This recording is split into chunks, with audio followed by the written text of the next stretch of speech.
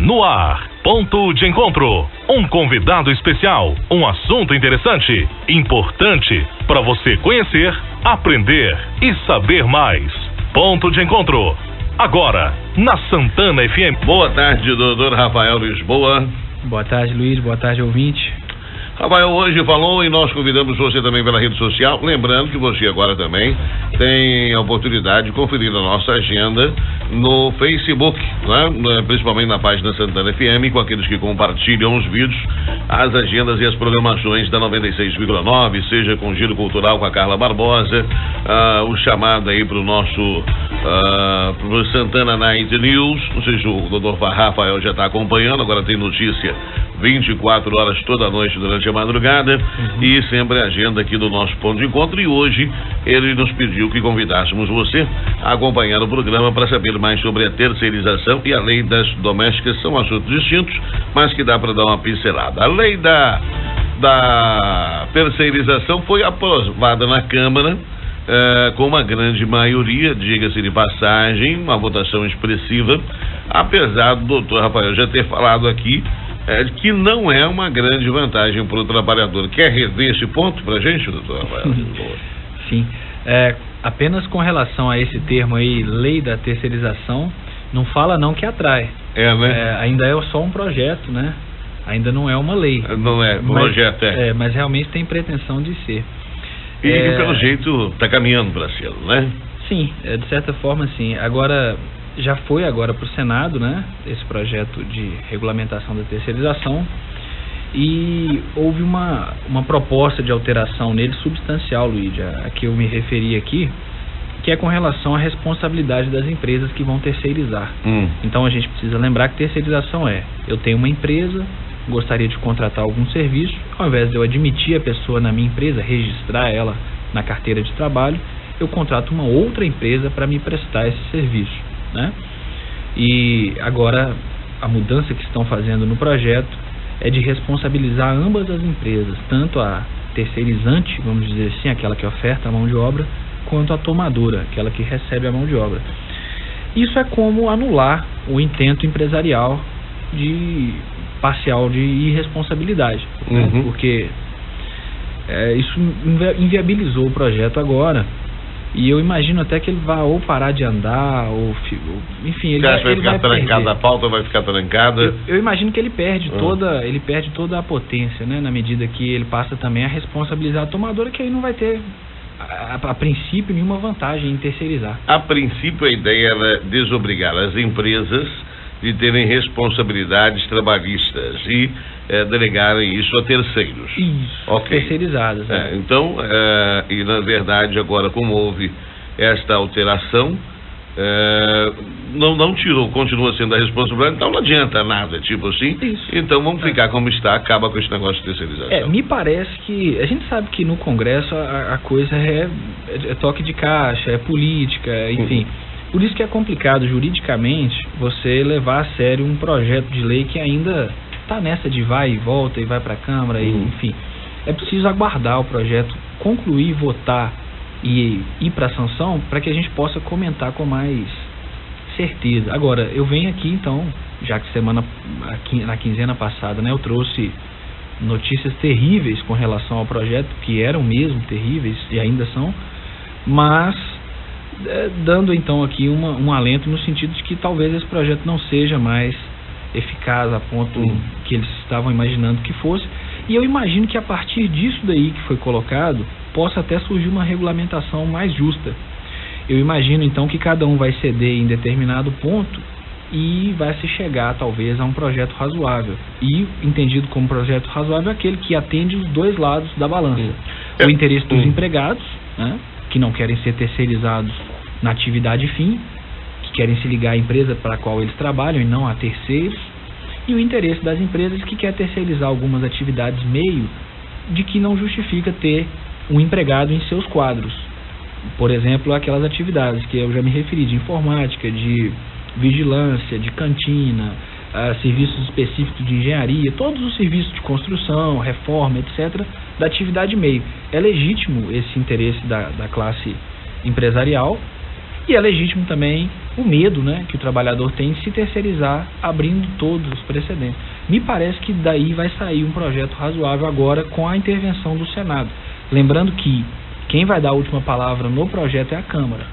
E o Cunha, presidente do Senado, já falou que se o Senado, o presidente da Câmara, que se o Senado mexer, ele vai sair travando um punhado de pautas do governo de interesse. Ou seja, até parece que alguém está levando alguma coisa nessa história, porque o presidente da Câmara está demasiadamente empenhado em aprovar a lei da terceirização, e não seria, na verdade, uma forma de desvirtuar a CLT, pois falar assim, nós vamos mudar a CLT, nós vamos ali alterar os direitos dos trabalhadores, não seria uma forma indireta que alguns políticos e um lobby, obviamente, muito forte de empresários estão fazendo para poder desvirtuar a originalidade da CLT? Pois é, primeiro eu preciso pontuar que a maior parte, né, do interesse em terceirizar está nas grandes empresas, né? Que a pequena e a média empresa estatisticamente não terceiriza tanto, só os serviços específicos. Às vezes passaria até mais caro para a pequena e média empresa. Sim, eles vão ter que pagar essa conta. Agora, é como sempre acontece, né? O pequeno e o médio empresário saem prejudicados em detrimento das grandes corporações que fazem um lobby político muito forte. Eu não tenho dúvida de que a legislação seletista, a CLT, ela não vai se alterar e ela é aplicável ao caso. Isso é um fato juridicamente provado. O projeto não altera em nada a CLT. O que ele altera? Ele altera colocando a pessoa errada para pagar a conta. Ou seja, eu trabalho para a sua empresa, de fato eu presto serviço para você, eu vou na sua empresa, só que eu sou registrado pela empresa X, que terceirizou para a empresa Y, para Z. Aí, como estava o projeto antes, para eu poder receber a minha verba, eu tenho que ir na empresa X, Y, Z, ao invés de ir na empresa que eu trabalho, efetivamente, todos os dias, aquela que eu dei lucro, né? Aquela que toma o meu serviço. Então, aquela que eu troco a mão de obra pelo capital. E o que acontece de fato não que mudou a CLT, mas vai dificultar bastante o recebimento do crédito. Nós não seríamos porque a minha profissão também se incluiria na terceirização. Acho que eu vou montar uma firma de fornecimento de locutores de rádio. Sim, olha eu posso montar uma empresa para fornecer locutores, comunicadores para emissoras de rádio. Exatamente. Correto? Amanhã, aprovado esse projeto, a rádio poderia demitir todos os radialistas, todo mundo que trabalha aqui, e contratar uma empresa de algum lugar para oferecer a mesma mão de obra a um preço mais barato. Exato, eu ia cair no escravagismo. Essa é a grande questão do projeto. Nós voltaríamos a ter praticamente uma mão de obra explorada, escravagista, agora modificou mais antes dessa alteração, sem direitos trabalhistas garantidos. Exatamente, não é que eles estão previstos, eles só não vão ser efetivados pela dificuldade de se achar aquela empresa que pode sumir, que pode desaparecer, que não tem capital social compatível. E por que não tem capital social compatível? Está no próprio projeto. Uma empresa, para poder admitir 100 empregados, isso está no artigo 3º do projeto e ainda permanece lá. Ela precisa ter um capital de 100 mil. E aí eu retomo aqui a pergunta. Se você acha que um capital de 100 mil é capaz de fazer frente a débitos trabalhistas de 100 empregados, eu te asseguro que não. Eu te asseguro que não faz frente nem a de 20 empregados. 100 mil não fazem frente a um débito trabalhista de 20 empregados, porque pode acontecer acidente, pode acontecer uma série de circunstâncias, o próprio salário, os encargos acessórios, né? Então, assim, esse projeto, ele veio... O terceirizado, ele teria garantido o fundo de garantia... Sim, mas quem iria garantir é essa empresa que tem esse capital social. Tá. E se ela não tivesse capital social? Aí só depois de executar ela, de ir atrás dos bens dela, é que ele vai poder partir para a tomadora de serviço, aquela que ele prestou serviço. Como estava antes, era assim. Agora, a alteração que foi feita ele vai partir contra as duas, a terceirizante e a tomadora. Aí já não é interessante para a tomadora, porque ela vai responder por um crédito perigoso. Ok. Entendeu? É só o direito de cobrar ou não recebido. Ele pode acionar as duas empresas. Mas o ônus de pagar os encargos será da empresa terceirizadora. Não, aí agora, essa é a grande questão. Agora, pela redação que o Senado quer dar, né? Os dois são responsáveis. Então dividem-se os custos trabalhistas e rescisórios e tudo mais. Eu só não vou deixar usar o termo dividir, porque na verdade a obrigação solidária ela é um pouquinho diferente.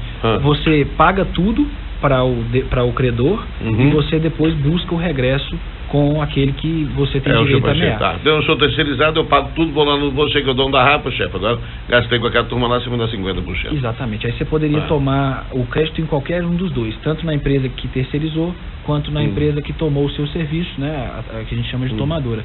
Agora, só pra gente lembrar, hoje já existe uma permissão de terceirizar mão de obra que se aplica a vigilantes, rodantes, guarda privada, né? Segurança privada. Não, é um pouco mais, tem um leque maior. Na verdade é o seguinte, para que fique bem claro o que está em jogo, né, nessa questão da terceirização, atualmente o que, vamos dizer assim, que rege a terceirização é a súmula 331 do TST. Não há nenhuma lei regendo isso especificamente, só a súmula 331 do tribunal. E o que ela diz? É possível terceirizar nas atividades meio, e não há um conceito legal, não há uma lista do que é atividade meio, a gente chega nesse conceito por exclusão. Aquilo que não é atividade fim, aquilo que não se insere na cadeia produtiva final, aquilo com o qual a empresa não poderia retirar sem comprometer sua produção. E que não faz parte do know-how dela. Exato. Aí tem várias formas de conceituar o que é atividade fim. Então o TST permite na atividade meio e nos serviços de vigilância, limpeza. São é a mesma coisa da empresa que é oferecer um plano odontológico para os funcionários, ao invés de contratar um dentista e montar um consultório, ela faz um convênio com o plano de saúde. Que aí o plano de saúde tem um profissional para grosseiramente exemplificado.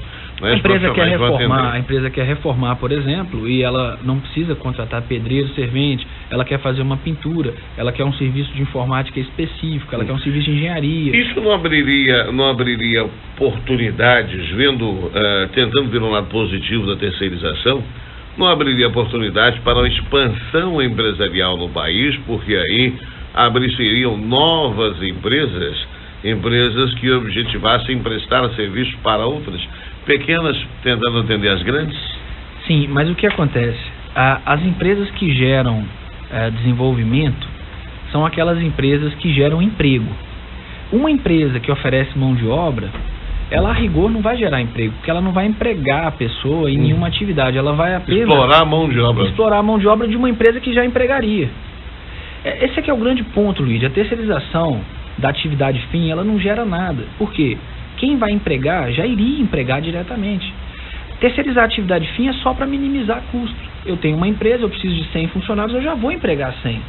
Aí entra uma terceirizada aqui interposta e eu uso a mão de obra que ela me oferecer, mas eu já teria que empregar, naturalmente. Essa terceirização da atividade fim, ela não é benéfica nem para as empresas, porque ela vai ficar mitigando a mão de obra até certo ponto, vai empobrecer a classe operária, que é a classe consumidora em algum momento. Isso pode gerar prejuízos inimagináveis para o país. Agora, a terceirização da atividade meio, essa sim gera emprego. Por quê? Eu preciso expandir a minha empresa. Hoje, eu tenho medo. Por que eu tenho medo? É aquilo que eu te falei. Se eu contrato um cidadão para fazer um serviço para mim na minha atividade meio, durante um ano, por exemplo, amanhã pode chegar uma intimação da justiça para mim referente a um contrato de 5 anos. E tem juízes que dizem que eu vou ter que arcar, já que eu também usei a mão de obra dele. Mas e aí? É só naquele um ano? E qual que é a minha responsabilidade? É solidária ou é subsidiária? Não existe uma regulamentação. O que os empresários de boa-fé querem regulamentar é isso. Definir o que é atividade meio e definir qual a responsabilidade deles, notadamente limitando ela ao período que eles se beneficiam e se a responsabilidade vai ser subsidiária, que é o justo, numa terceirização de atividade meio. Ponto. Esse projeto não tem compromisso com o que os empresários de boa fé querem.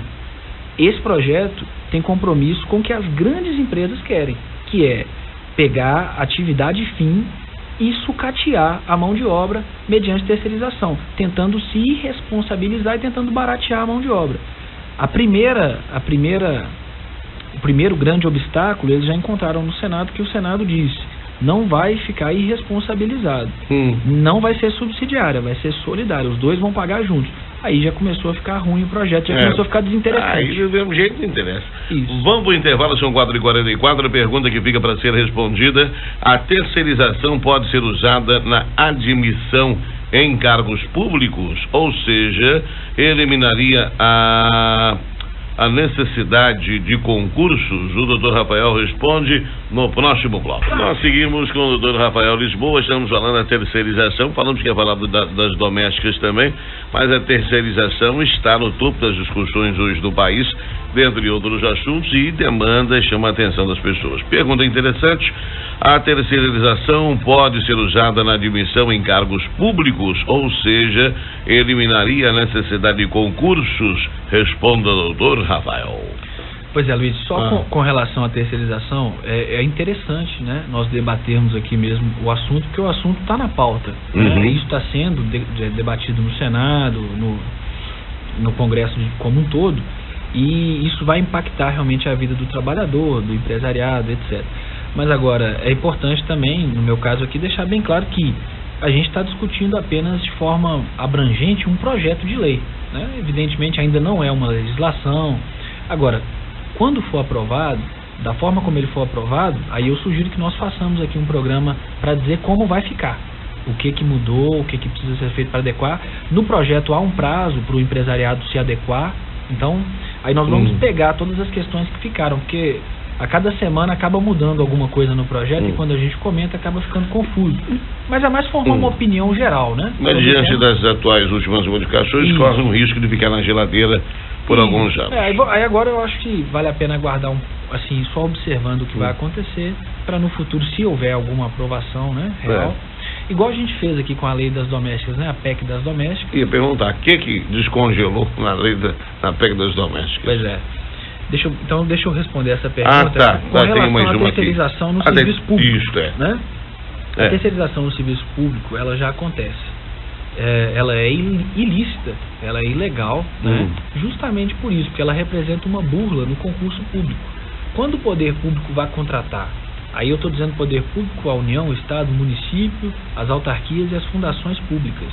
Qualquer um desses entes vai contratar, quando ele opta pela contratação de uma empresa para prestar determinado serviço, é preciso averiguar se aquele serviço se insere dentre os que o município, dentro que o ente precisa ofertar, se ele tem servidores naquela área, porque senão, veja bem, você vai substituir servidores por terceirizados.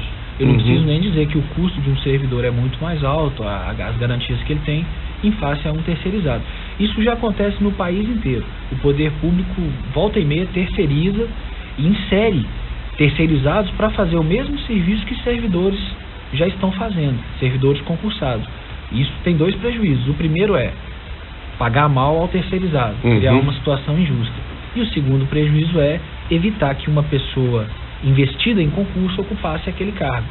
Então a regra da terceirização no serviço público, embora ela seja urgente, ela segue a mesma lógica. Não é desejável que o serviço público também possa terceirizar de modo a comprometer a lisura e a democratização do acesso.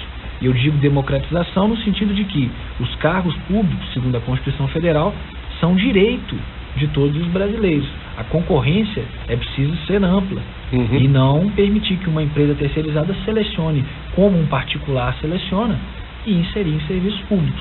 Na empresa do particular, ele contrata quem ele quiser. Num setor público, não pode ser assim. É preciso que a contratação siga parâmetros de democratização. Sim. Bom, vamos passar aqui. Já começou a chover, rapaz. Eu vi que fechou o tempo. Vamos passar aqui, porque o tempo está 4h55. Vamos passar para a lei das domésticas. Tem até uma pergunta aqui a respeito de ônibus no trajeto. Não sei se vai dar tempo de falar das domésticas, mas é alguma observação agora, recente? Pois é, com relação à terceirização, é bem claro lá no projeto expresso que não vai se aplicar às domésticas, né? Então, essa questão de terceirização... Empregadas domésticas necessariamente. Isso. Tá. Com relação às domésticas, no dia 27, agora, né? 27 do 4, nós fizemos aí... Foi o dia nacional das empregadas domésticas. Fica aqui, desde já, meu cumprimento.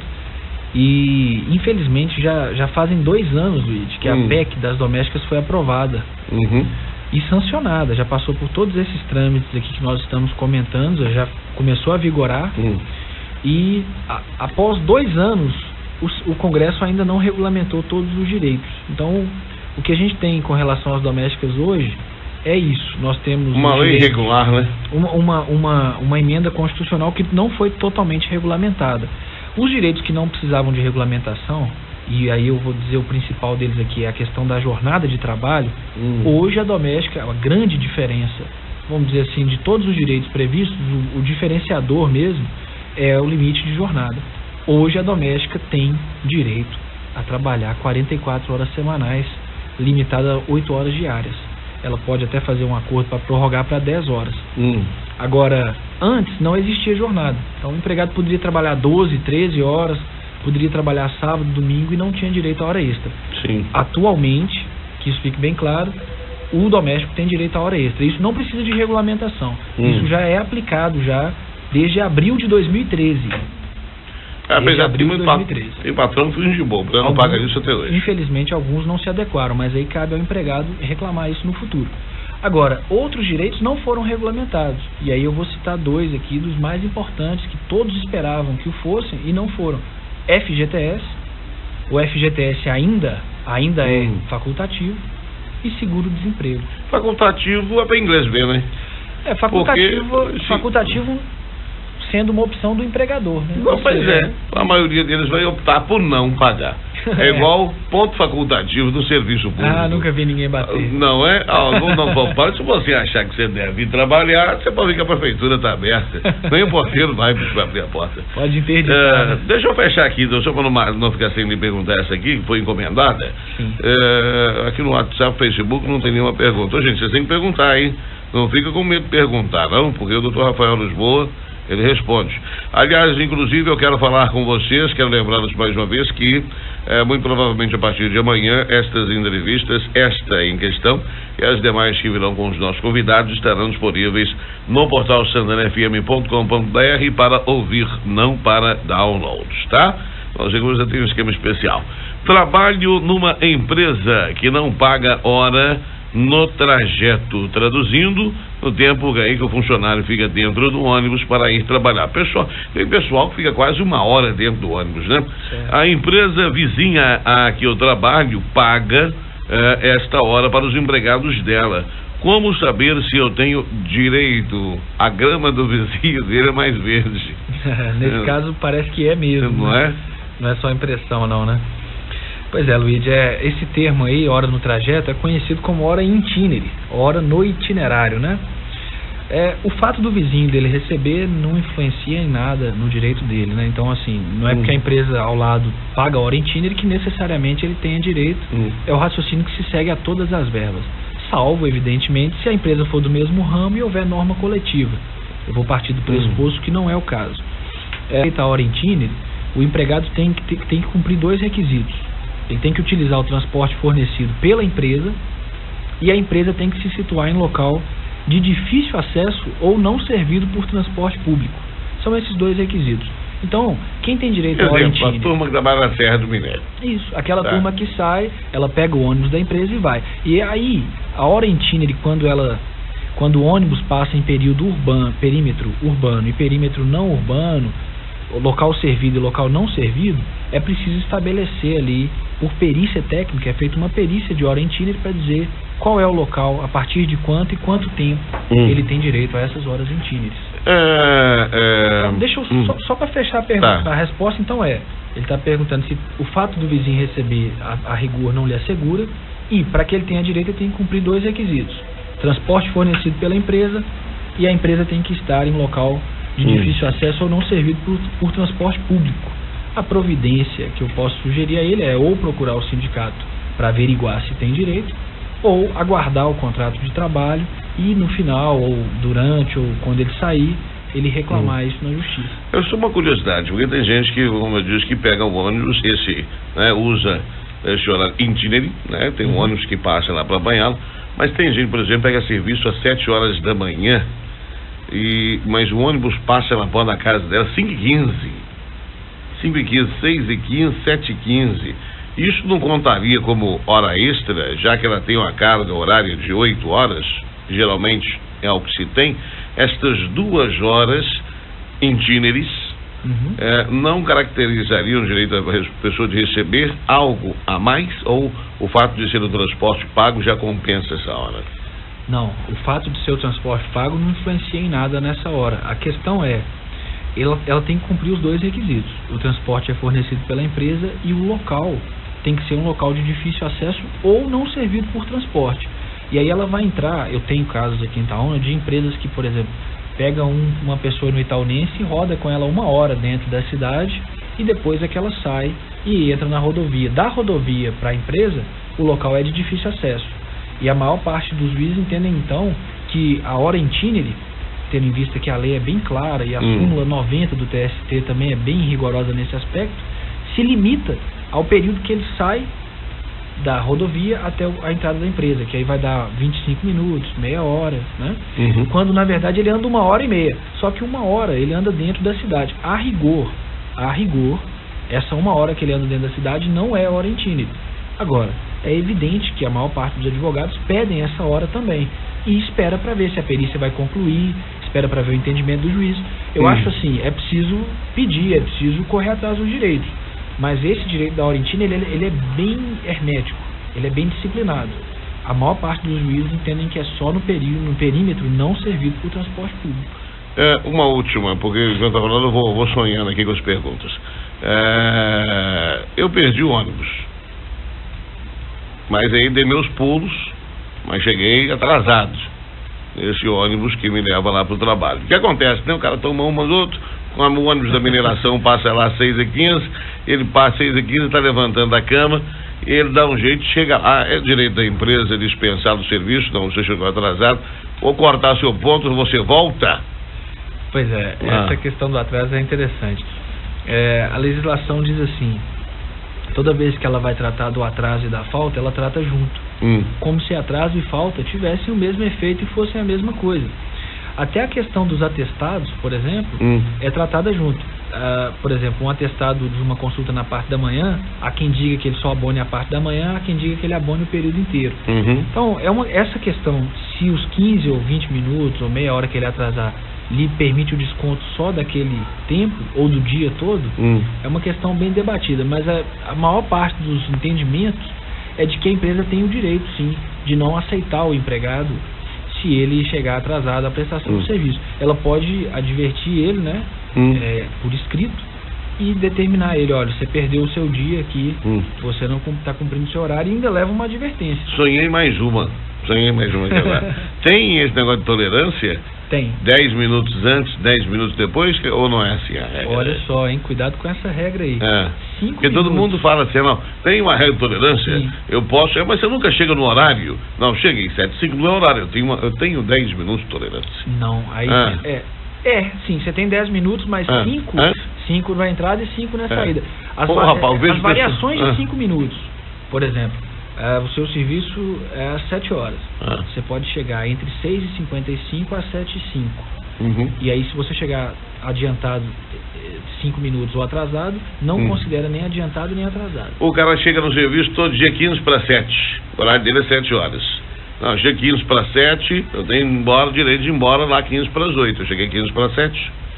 Se ele chegar 15 para 7, primeiro ele não vai ter direito de mudar o horário dele unilateralmente, de ir embora 15 para... Ele não pode exercer arbitrariamente isso, mas ele pode receber esses 15 minutos. Porque se ele registrar o ponto, se você exceder os 5 minutos, aí já caracteriza a hora extra ou atraso. Ou seja, se você chegou mais... É uma reclamatória comum essa de chegar a 15 minutos para, por exemplo, trocar o uniforme. A partir do momento que você entra na portaria da empresa, você já está à disposição do empregador. E se lá dentro você está vestindo o uniforme, caminhando lá dentro, aquele período de 15 minutos pode ser reclamado como hora. Agora, 5 minutos, aí a lei traz essa tolerância. Aqueles 5 minutos de antecipar ou atrasar, ele não é considerável nem hora extra nem atraso. Tá vendo, gente? Então, para que agora. Meu filho, das 7 horas da manhã aqui no edifício Benfica, é um tal de nego correndo aqui para subir lá pro 12º andar. Imagina, é uma loucura. E não é 10 minutos, né? São 5. São 5. De tolerância. É um tal de. Dá meu café com pão de queijo aqui que eu tô subindo rapidinho. Doutor Rafael Lisboa esteve conosco, ele volta daqui a 15 dias. Esta entrevista estará, acreditamos, nós esperamos, a partir de amanhã, já disponível para você no portal santanafm.com.br, aos cuidados do nosso TI Everton Barroso. Ele volta dia 6, depois nós vamos ter então dia 13, doutor Rafael, dia 13 de maio, data escravagista, 13 de maio, abolição da escravatura, se eu não me engano, não é isso? Aí eu já não vou fugir da escola, não. 17h07, obrigado, doutor Rafael Lisboa. Eu que agradeço. Depois vou conferir esse negócio do 13 de maio aqui, porque eu fiquei em branco agora. Eu que agradeço, um abraço a todos. Um abraço, daqui a pouquinho, Tribuna Livre.